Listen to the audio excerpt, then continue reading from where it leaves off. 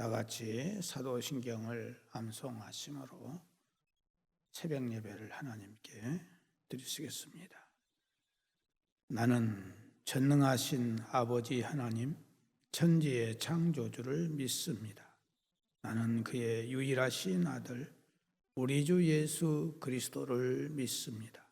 그는 성령으로 잉태되어 동정녀 마리아에게서 나시고 본디오 빌라도에게 고난을 받아 십자가에 못 박혀 죽으시고 장사된 지 사흘 만에 죽은 자 가운데서 다시 살아나셨으며 하늘에 오르시어 전능하신 아버지 하나님 우편에 앉아 계시다가 거기로부터 살아있는 자와 죽은 자를 심판하러 오십니다. 나는 성령을 믿으며 거룩한 공교회와 성도의 교제와 죄를 용서받는 것과 몸의 부활과 영생을 믿습니다. 아멘. 찬송가 95장 부르시겠습니다. 찬송가 95장입니다.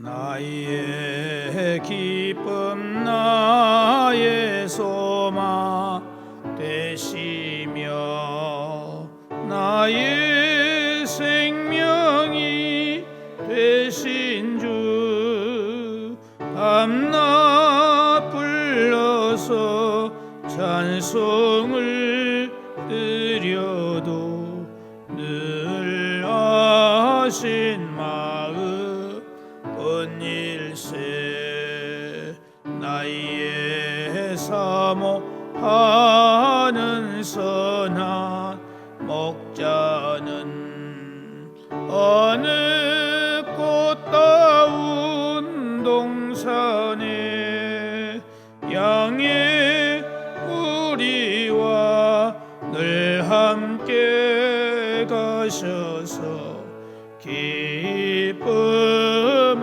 함께 하실까. 길도 없이 거친 넓은 들에서 갈 길 못 찾아 애쓰며 이리저리로 헤매는 내 모양 저 원수 조롱하도다.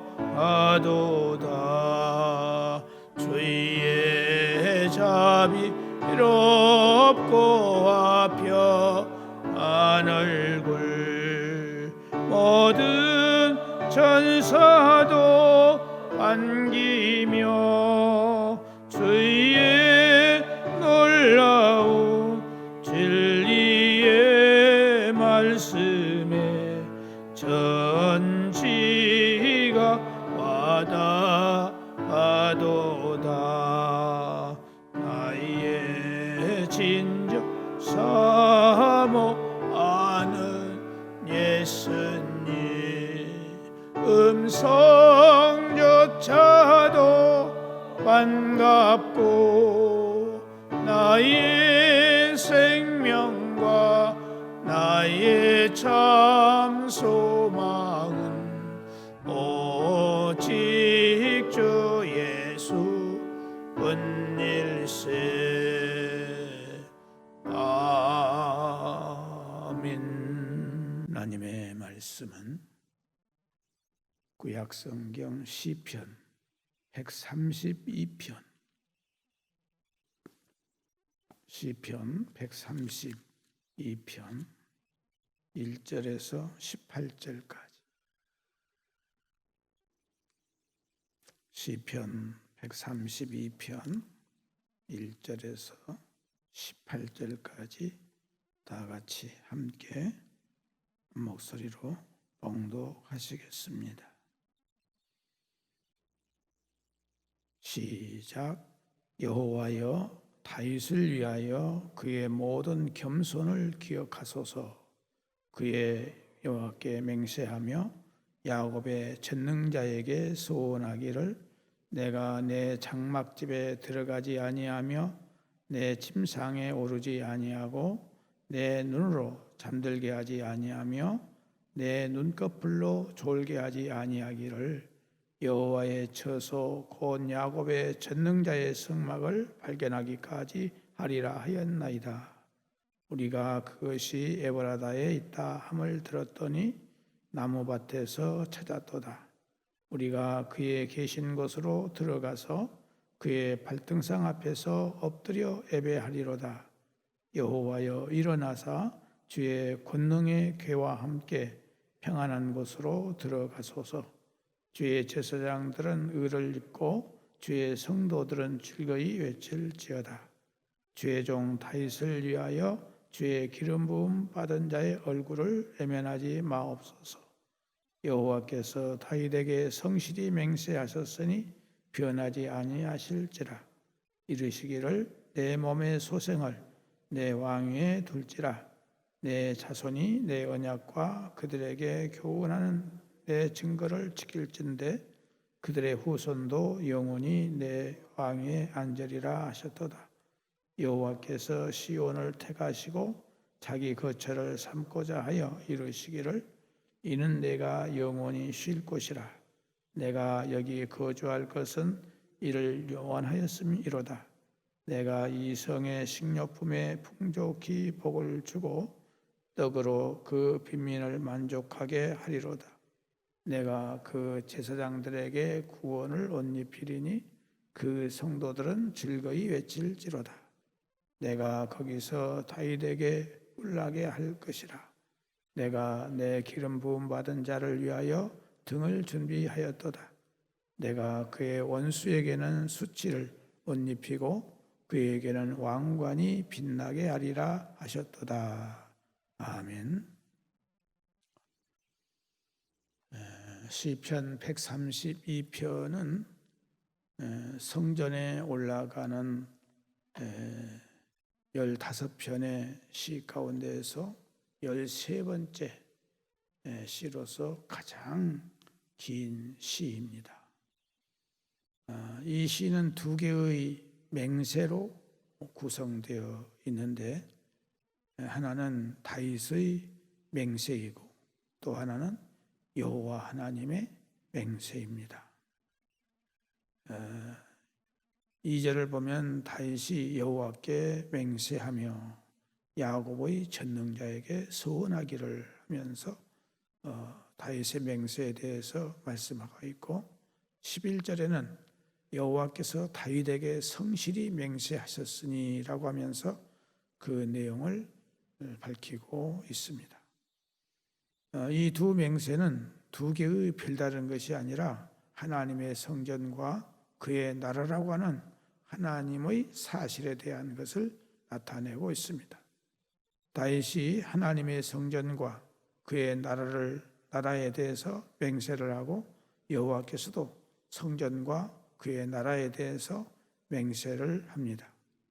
다윗의 맹세와 여호와의 맹세, 이 두 맹세에 의해서 하나님의 성전과 그의 나라의 진행이 더 밝히 드러나고 있습니다. 또한 다윗의 맹세에 대해서 하나님께서 맹세로 응답하심으로써 두 가지 맹세가 언약 교제 가운데서 이루어지고 있는 모습을 보게 됩니다. 특별히 132편은 성전을 세우는 것에 관한 시편이지만은 이 시에는 다윗의 시라는 말이 기록되어 있지 않다는 점이 특이한 점입니다. 따라서 이 성전을 세우는 시기에 쓴 시라기보다는 성전이 세워진 후대에 성전을 세울 때를 되돌아보면서 쓴 시라 이렇게 볼 수 있습니다. 이때는 이스라엘 나라의 어두운 시기라고 볼 수 있습니다. 그럴지라도 여전히 하나님께서 다윗과 맹세하신 그 사실을 아시고 다윗의 후손으로 말미암아 다윗의 나라와 성전에 대한 하나님의 언약이 다 이루어지기를 바라면서 불렀던 시가 바로 이 시입니다. 우리에게도 여전히 여러 가지 이 세상에 현실적으로 어두운 문제들이 많이 있지만은 우리의 마음을 하늘의 하나님께 향하면서 주님께 소망을 두고 나아가는 우리의 신앙 생활이 되어야 하는 것을 우리에게 교훈해 주고 있습니다. 오늘 아침에는 이 본문을 통해서 다윗의 언약과 겸손함에 대해서 말씀을 드리고자 합니다. 이스라엘의 행정적 이 수도는 텔아비브라고 하는 것입니다. 그러나 실제적인 수도는 텔아비브가 아니고 예루살렘입니다. 특별히 미국의 트럼프 대통령이 2017년에 대통령이 된 다음에 예루살렘을 이스라엘의 공식적인 수도로 인정을 해 주었습니다. 그러자 팔레스틴 사람들과 해교 국가 등 여러 곳에서 많은 반발이 일어났습니다. 그러나 이 트럼프 대통령은 아주 보수적인 성경 중심, 말씀 중심의 신앙을 가지고 있는 대통령입니다. 그래서 미국은 지금 기독교에 있어서는 정말 좋은 그런 하나님의 뜻을 이루는 그런 시기에 있다, 이렇게 말씀드릴 수 있습니다. 우리가 대통령을 어떤 사람을 세우느냐 따라서 우리 기독교에 큰 영향을 미치게 되는 것입니다. 우리는 하나님 중심으로 우리가 모든 일들을 해야 합니다. 하나님이 기뻐하는 자인가, 하나님이 싫어하는 자인가를 우리는 알아야 돼요. 이 트럼프 대통령은 하나님 말씀 중심, 오직 성경 중심. 그래서 미국은 지금도 이렇게 코로나 바이러스가 많이蔓延되어 있지만 하나님의 성전에서 예배드리는 일을 못하게 하는 일이 없잖아요. 그래서 대통령이 다르기 때문에 이렇게 되는 것입니다. 오늘 우리들도 정말 어떤 사람이 대통령이 되어야 되는가, 우리는 신중하게 생각하면서 어떤 당을 보는 것이 아니라, 어떤 세상적인 것을 보는 것이 아니라 우리 하나님 중심으로 모든 일들을 해 나가야 할 것입니다. 예루살렘의 뜻은 평화의 마을이다, 그런 뜻입니다. 그러나 지금도 예루살렘은 평화의 도시가 아닌 분쟁의 도시입니다. 예루살렘이 이스라엘 백성뿐만 아니라 팔레스타인, 기독교인, 또 유대교, 이슬람교 신도들의 성지가 되기 때문에 그렇습니다. 서로 자기네들 성지라고 말하죠.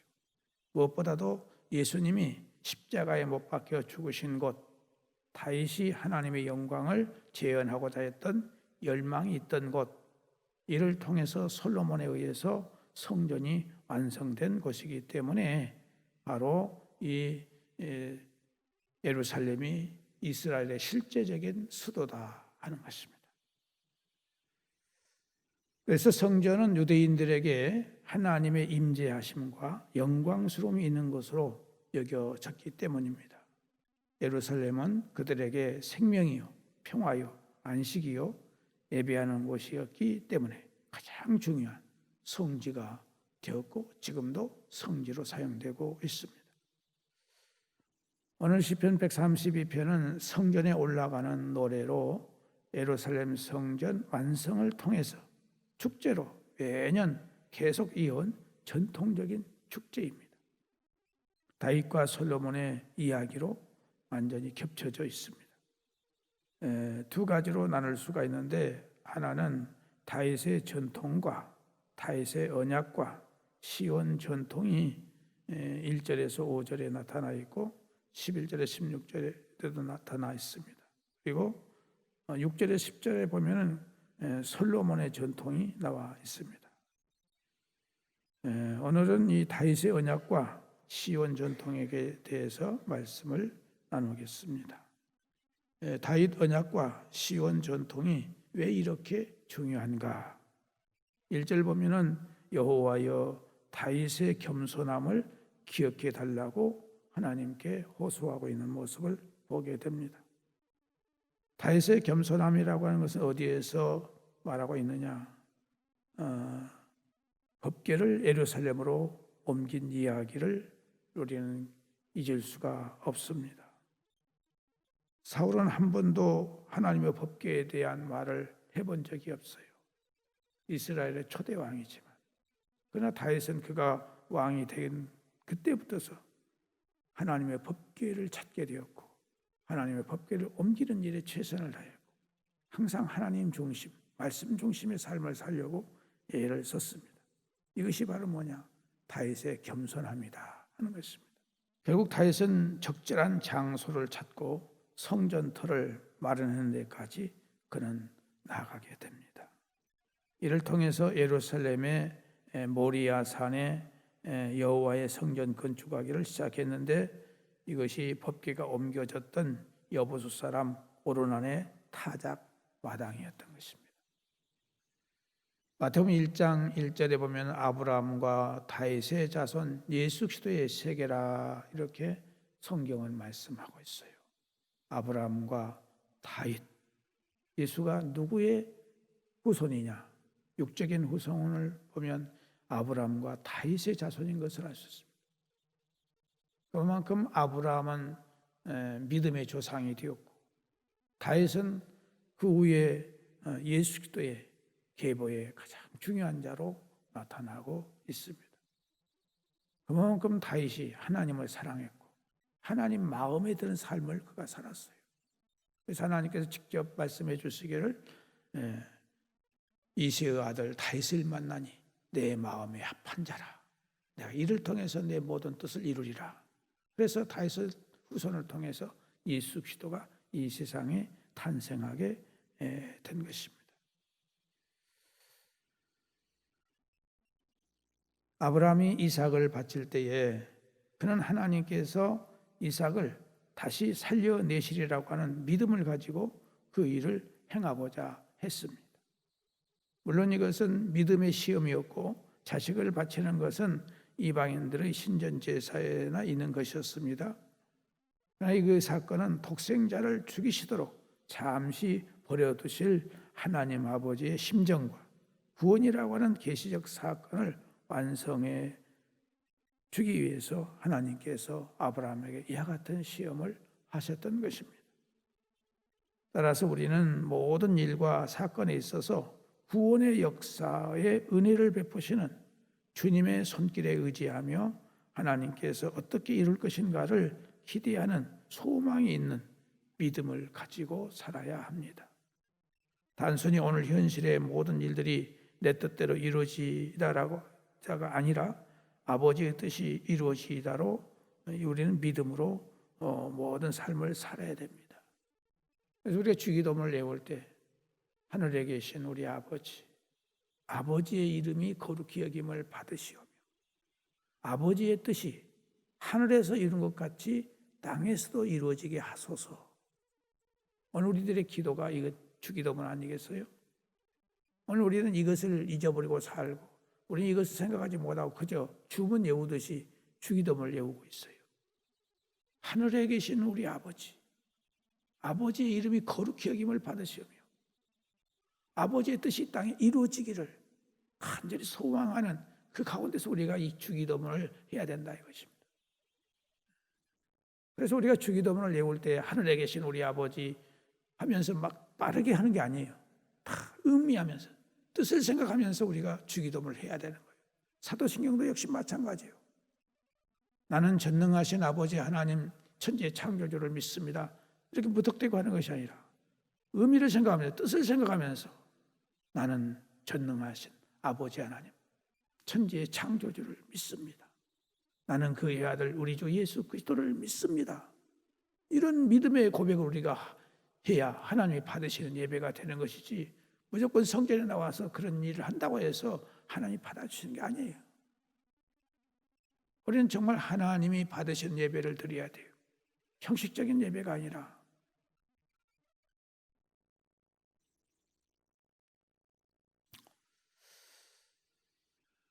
모리아산, 이 모리아산이 별로 보잘것없는 곳이지만은 이 터 위에 하나님의 제단이 세워졌습니다. 누구를 통해서? 아브라함을 통해서. 아브라함이 모리아산에 가서 제사됐던 그곳이 지금 뭐가 서 있습니까? 예루살렘 성전이 서 있어요. 온 세계 사람들이 성지로 일컫고 있는 그 예루살렘이 그 모리아 산에 세워졌다는 사실입니다. 오늘 우리는 그것을 알아야 돼요. 그래서 이곳이 어떤 곳이냐? 시온산이에요. 시온산. 하나님이 임재하시는 곳. 오늘 우리는 이 동암교회, 이곳이 어떤 곳이냐? 시온산처럼, 예루살렘처럼 중요함을 느끼고 중요함을 알고 하나님 성전에 나와서 우리가 기도도 하고 찬송도 하고 예배를 드려야 되는 거예요. 그저 형식적으로 예배당이니까 하고 여기 와서 예배를 드리는 것이 아니라 이곳이 바로 하나님이 임재해 계시는 곳이다라고 하는 믿음을 가져야 된다 이것입니다. 그 믿음을 가지고 하나님의 임재가 내가 있는 이 성전에 임할 수 있도록 우리가 하나님께 예배를 드려야 된다 이것입니다. 무조건 성전에 와서 예배를 드린다고 해서 하나님이 계시는 게 아니에요. 가장 중요한 게 내 마음입니다. 내 마음이 어디에 있느냐? 하나님께 있느냐? 아니면은 내 어떠한 형식적인 것에 있느냐?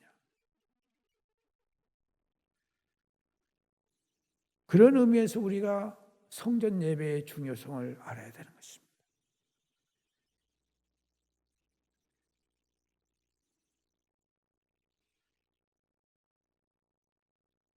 하나님께 예배를 드리기 위해서 다윗의 그 열정과 다윗의 그 사모함, 하나님의 임재의 자리로 나아가기를 소망했던 다윗이 하나님의 법궤를 되찾고 이를 잘 모심으로 하나님의 사랑과 은혜를 발견했던 다윗, 예배를 통한 하나님의 영광과 복이 온 이스라엘 공동체에 흘러가기를 바라며 목도했던 다윗, 하나님은 이런 다윗을 축복하시고 예배하는 자들에게 응답하시기를 기뻐하시는 겁니다.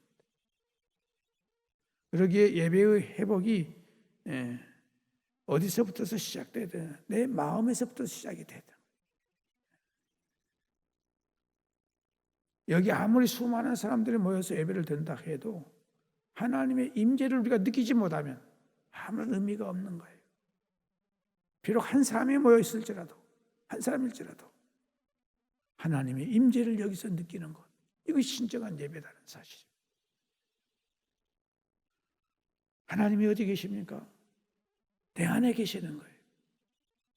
예수님이 어디 계십니까? 내 안에 계시는 거예요.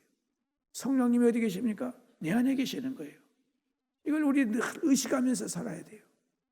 우리는 이 의식을 못하고 한순간 한 몇 초 동안 의식을 했다 잊어버리잖아요. 우리는 항상 내 안에는 누가 계시느냐? 성령님이, 예수님이, 하나님 아버지가 내 안에 계신다. 이것을 늘 느끼면서 우리가 살아야 된다 하는 것입니다. 그래서 우리는 어디를 가든지 간에, 내가 어디에 있든지 간에 하나님을 의식하면서 사는 거예요. 하나님 임재를 의식하면서 사는 거예요. 그래서 우리가 무슨 일이 있을 때마다 하나님 어떻게 해야 될까요? 물어야 되는 거예요. 하나님 여기서 내가 어떻게 해야 될까요? 이런 때는 어떻게 해야 될까요? 물어야 되는 거예요. 이게 바로 진정한 예배의 삶이에요. 그냥 예배당에 나와서 예배 드리는 것이 예배가 아니에요. 하나님은 어디 계시냐? 어디든지 계시거든요. 어디에서든지 하나님을 불러야 돼요. 하나님을 인정해야 되는 거예요. 이것이 진정한 예수 믿는 사람이다. 그럴 때는 내 마음이 바꿔지고 내 생각이 바꿔지고 내 삶이 바꿔지고 모든 게 바꿔지는 거예요. 오늘 내 안에 육적인 것들, 세상적인 것들이 얼마나 많이 있어요. 우리가 한순간 잘못 생각하면 내 안에 육적인 것들이 얼마나 많이 나타납니까? 우리가 서로 만나서 이야기할 때 말 한마디에 의해서 내 기분이 상해버릴 수도 있고 말 한마디에 의해서 내가 기분이 좋아질 수도 있잖아요. 그렇기 때문에 우리는 평소에 내 마음을 잘 다스려야 된다 이거예요. 누가 뭔 말을 했다고 해서 그 말 때문에 내가 상처를 입고 하는 것이 아니라 주님, 이럴 때는 내가 어떻게 해야 됩니까? 내가 이 말을 들었는데 어떻게 해야 됩니까? 하고 먼저 주님께 물어봐야 되는 거예요. 이것이 진정한 예수 믿는 사람의 삶이다 이거예요. 오늘 우리는 그렇게 살아갈 수 있기를 주님의 이름으로 축복합니다. 기도하겠습니다. 하나님 아버지, 오늘 이 아침도 우리의 단잠을 깨워주심을 감사드립니다. 하나님 아버지, 언제나 내 안에 계셔서 나를 떠나가지 아니하시고 나를 이루어 주시고 힘주시고 지혜를 주시고 능력을 주시고 이 험한 세상을 말씀으로 이겨나갈 수 있도록 은혜를 주신 아버지 하나님 앞에 감사를 드립니다. 오늘 이 아침도 내 안에 계시는 주님을 인정하게 하시고 내 앞에 와 계시는 주님을 인정하게 하시고 내 곁에 와 계시는 주님을 인정하게 하시고 주님과 동행하는 우리가 될 수 있도록 은혜를 허락하여 주옵소서. 그러기 위해서 우리가 늘 말씀을 사모하게 하시고 말씀을 묵상하게 하시고 말씀을 지키려고 애쓰는 우리가 되게 하여 주옵소서. 교회에 와서만이 우리가 주님을 생각하는 것이 아니라 언제 어디서든지 주님을 생각할 수 있는 우리의 신앙이 될 수 있도록 붙들어 주옵소서. 오직 우리는 성령에 사로잡힌 자가 될 수 있도록 도와주시기를 간절히 바라옵고 원합니다. 오늘 이 아침도 사랑하는 성도들 여러 가지의 기도의 제목들 가지고 왔습니다. 하나님께서 모든 기도를 다 들으시고 우리가 기도하기 전에 주님은 먼저 알고 계십니다. 내 소원이 뭔가를 알고 계십니다. 내 형편이 어떤 형편인가를 알고 계십니다. 그래서 우리가 그 형편과 처제를 놓고 주님 앞에 아뢰며 눈물 흘리며 주님의 위로를 받고 세임을 얻고 지혜를 얻고 모든 삶을 통해서 하나님과 동행하는 우리가 될 수 있도록 붙들어 주옵소서. 하나님 아버지, 오늘도 우리의 모든 삶을 주님께 부탁을 드립니다.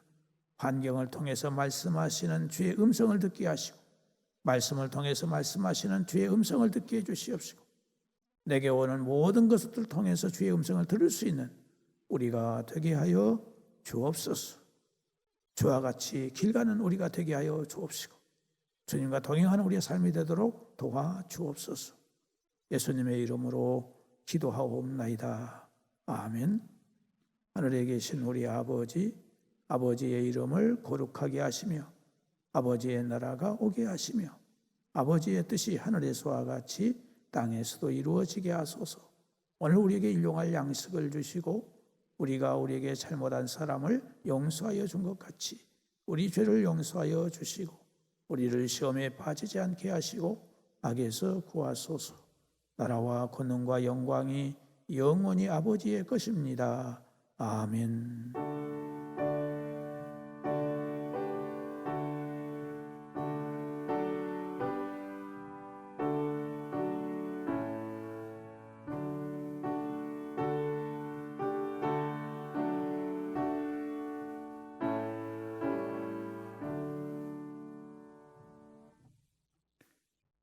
이상으로 새벽 예배를 마칩니다. 자유롭게 기도하시기 바랍니다.